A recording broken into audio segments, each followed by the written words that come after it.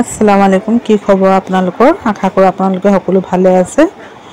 আপোনালোকৰ দুৱাত আৰু আল্লাহৰ ৰহমতত ময়ো ভাল আছো আজি এটা সৰু মিনি ব্লগ এটা লৈ আহিছো আজি মই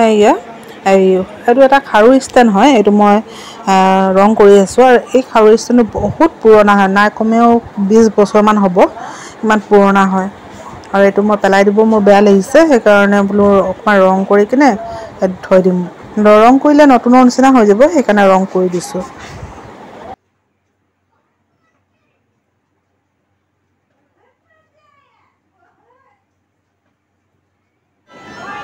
আৰু মই পুৰণা বস্তু যিমানে নহওক কিয় মই মানে পেলাব বেয়া পাওঁ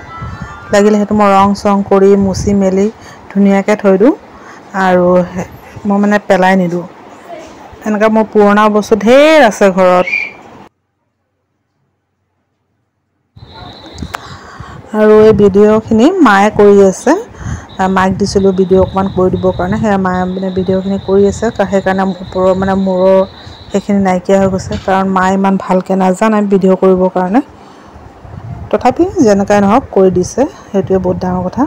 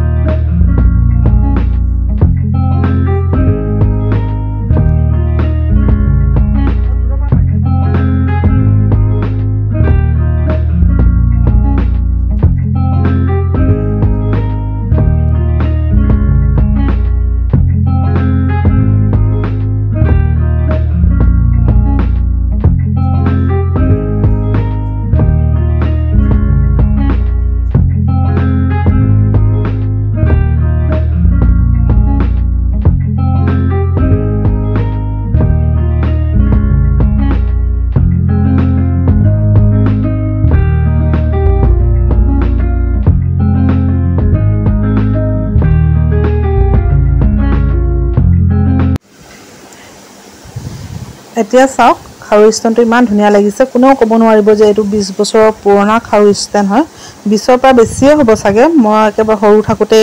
এটো লোৱা হয় আৰু ইফালে মা কঁঠাল ওলাইছে এবাৰ আমি কঁঠাল খোৱাই নাই এয়া প্ৰথম কঁঠাল আমাৰ ঘৰত আনিছে যিহে গৰম পৰিছে কঁঠাল খোৱা নাযায় আৰু এই কঁঠাল কেইফুটমান ওলাইছে ইয়াতে আজি হৈ গ'ল পিছ দিনাখন আৰু এটা পাৰ্সেল আহিছে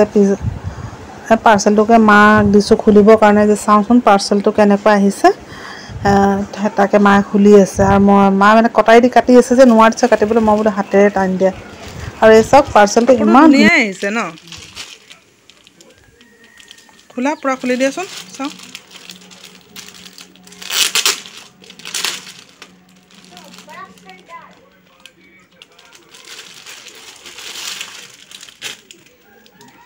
खुला पूरा खुली दिए